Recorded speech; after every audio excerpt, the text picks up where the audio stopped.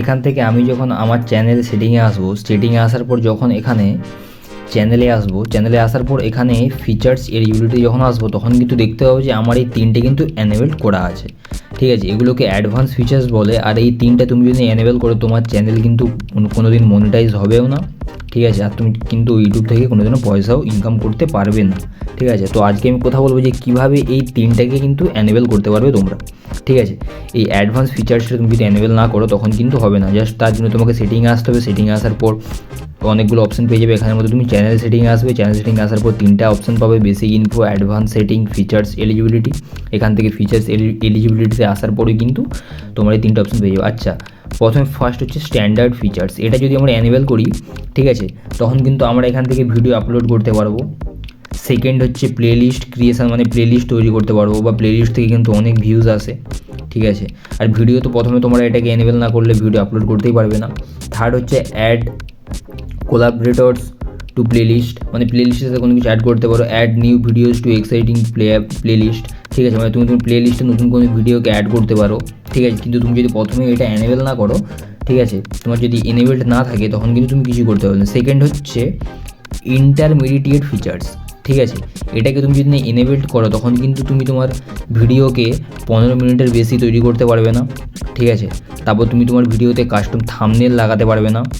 ঠিক আছে, থার্ড হচ্ছে লাইভ স্ট্রিমিং করতে পারবে না। ঠিক আছে, তো প্রথমে ফার্স্ট ফিচার্সটা তুমি যদি এনেবেল করো তখন কিন্তু ভিডিওই তুমি আপলোড করতে পারবে না। সেকেন্ড হচ্ছে কোনো প্লেলিস্ট ক্রিয়েট করতে পারবে না, প্লেলিস্টের মধ্যে কোনো ভিডিও অ্যাড করতে পারবে না।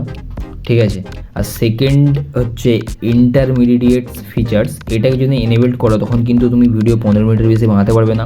আর সেকেন্ড হচ্ছে তুমি কোনো থাম্বনেল দিতে পারবে না। থার্ড হচ্ছে তুমি কোনো লাইভ স্ট্রিমিং করতে পারবে না।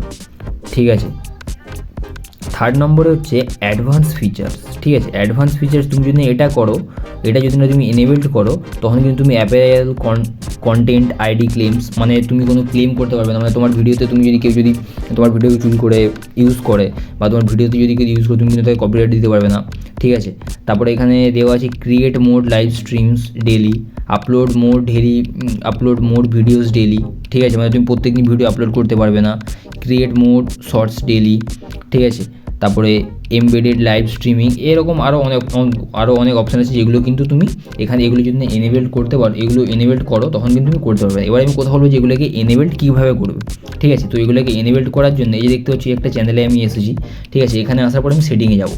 ঠিক আছে, সেটিংয়ে আসার পর যেরকম করে সেটাতে এসেছিলাম, এখানের পর এই যে চ্যানেল সেটিংয়ে আসবো। চ্যানেলে আসার পর এখানে তিনটা অপশন পেয়ে যাবো, basic info, advance settings, features eligibility.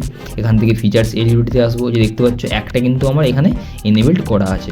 ঠিক আছে, যার জন্য আমি কিন্তু এখানে ভিডিও আপলোড করতে পারবো। ঠিক আছে, আর এটা এনেবেলড করার জন্য তুমি জাস্ট এখানে এনেবেলডে ক্লিক করবে, তারপরে হয়ে যাবে। ঠিক আছে, তো ফার্স্ট এডটা আমার করা আছে। এবার দেখছো সেকেন্ড। ঠিক আছে, এটাকে এনেবেল করবো কীভাবে। এটাকে এনেবেলড করার জন্য কিন্তু আমাকে জাস্ট ভেরিফাই ফোন নাম্বার, মানে আমার কেন তোমাদেরও একই সেম, ঠিক আছে, একই প্রসেস হবে। জাস্ট এটাকে ভেরিফাই করার জন্য কিন্তু তোমাদেরকে এখানে ফোন নাম্বার দেবে। ফোন নাম্বার দিয়ে এটাকে ভেরিফাই করতে হবে। এটাকে ফোন নাম্বার দিয়ে যখনই কিন্তু ভেরিফাই করে দেবে তখনই কিন্তু এখানে এটা গ্রিন এরকম হয়ে যাবে, আর এটা এনেবেলড হয়ে যাবে। ঠিক আছে, তো আর এটা তুমি যদি না ভেরিফাই করো তখন কিন্তু তুমি এখানে 15 মিনিটের বেশি ভিডিও পোস্টও করতে পারবে না। সেকেন্ড, কাস্টমার থাম্বনেলও তুমি লাগাতে পারবে না। আর থার্ড হচ্ছে লাইভ স্ট্রিমিংও কিন্তু তুমি করতে পারবে না।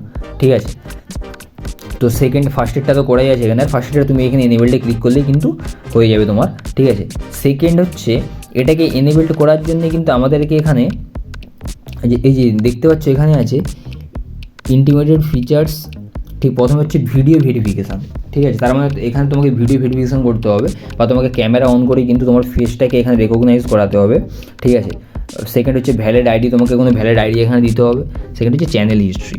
ঠিক আছে, এইসব না করে তুমি জাস্ট ভিডিও ভেরিফিকেশানটা করলেই কিন্তু এটা এনেবেলড হয়ে যাবে। আর এটা তুমি যদি এনেবেল করো তখন কিন্তু অ্যাপেয়ারেল কন্টেন্ট আইডি ক্লেমস করতে পারবে না। ঠিক আছে, ক্রিয়েট মোর লাইভ স্ট্রিমিং ডেলি কিন্তু করতে পারবে না। আপলোড মোর ভিডিওস ডেলি করতে পারবে না। ক্রিয়েট মোর শর্টস ডেলি করতে পারবে না। তারপরে এমবেডেড লাইভ স্ট্রিমিং করতে পারবে না। ঠিক আছে, এক্সটার্নাল লিঙ্ক কোনো দিতে পারবে না তোমার ডিসক্রিপশানে।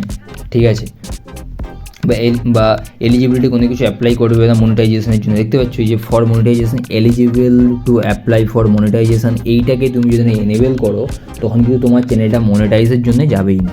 ঠিক আছে, তো আশা করি তোমরা বুঝতে পারছো যে আমরা কিভাবে ইউটিউবের অ্যাডভান্স ফিচার্সগুলোকে এনেবেল করতে পারি। ঠিক আছে, তো আশা করি আমার ভিডিওটা ভালো লেগেছে। আর যদি ভালো লেগে থাকে আর তোমাদের জন্য যদি একটু উপকারী হয়ে থাকে আমার চ্যানেলটাকে সাবস্ক্রাইব করবে। Thank you.